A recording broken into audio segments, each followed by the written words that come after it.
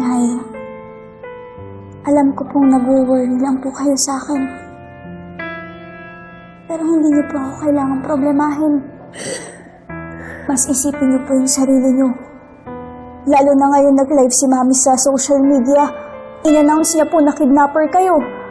Baka mamaya kuyugin po kayo ng mga tao, hulihin kayo ng mga pulis. Nay, ayoko pong mangyari yun sa inyo. Ayoko pong mapasama kayo, ayoko pong mapahama kayo. Muki, mag-iingat ako. Magiging malakas at matatag ako, lalo na ngayon na may nagsasabi sa akin na... Emma, may kailangan ka malaman. Nag-uusap pa kami ni Muki. Hindi. Tungkol kay Olive. Sige na. Sandali lang, Muki, ah. Sandali lang, ha?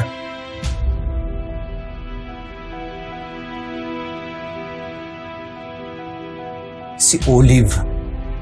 Siya ang kumuha kay Baby Kyla. Si Olive.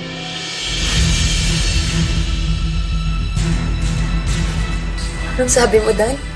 Si Olive ang nagnakaw sa anak natin? Oo. Sigurado kayo dyan? Oo. Emma, Nay. Ito si Bukoy, nakita niya yung panawagan ni Olive. Kaya namumukha niya si Olive eh. Emma, tandang-tanda ko yung tsura ng babaeng yun. Siya ang kumuha sa anak niya.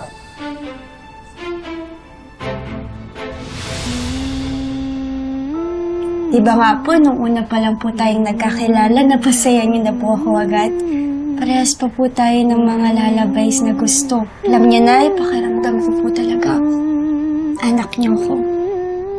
Pakiramdam ko po talaga kayo, yung nanay ko. Bakit po? Kung si Olive yung kumuha sa anak natin, hindi imposible yung anak natin si Muki. Pero paano ka nakakasiguro, Emma? Hindi pa ba sapat ang nararamdaman ko na anak natin si Muki? Emma. Meron din siyang balat sa bintay na korteng puso. Nakita ko. Ano? Yung bang dahilan? Kaya ka natulala kanina? Opo, Nay. Pwede namang magkaroon din ng balat yung iba, pero hindi ka na makagaya ng kay Kyla na korteng puso sa binti pa. Kaya pala, nung umpisa palang mag-aano yung loob ko kay Muki. Kaya pala, parang hindi siya iba sa akin. Kaya pala, nahihirapan ako tuwing nakikita ko na nasasaktan siya kasi anak ko siya. Kasi anak natin si Muki, Dan. Anak natin siya. Anak natin si Muki.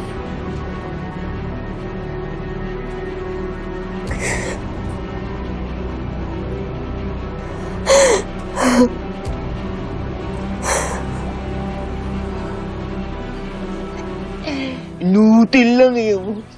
Oo. Sige. Ginood pa tayo ng iba. Tito? Ito mga to eh. Ha? Oh. Tito, pwede po ba akong manghiram ng cellphone niyo? May tatawagan lang po ako siglit. Okay, sige. Naka-unli naman yan. Oh. Ge. Puntahan ko lang po. si Kutsi. Thank you Okay, po. okay ka lang? Apo. Okay, sige. Salamat po.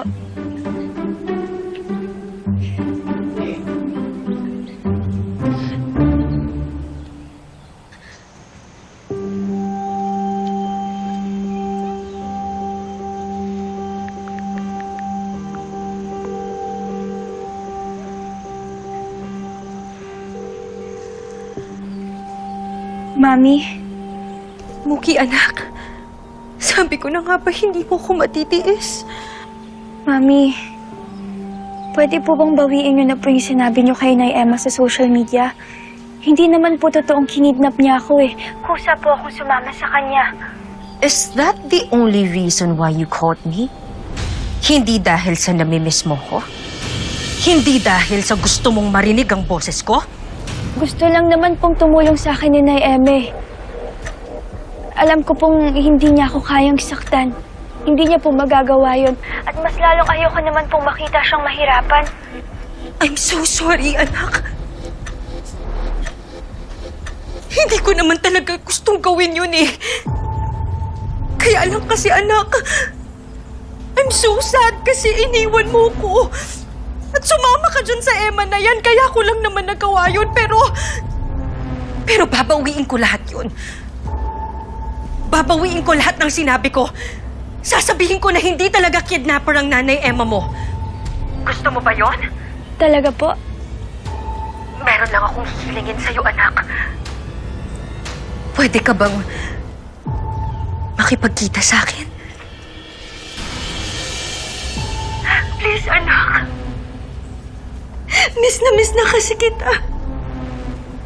Gusto lang kitang makita at mayakap ulit. Just one last time.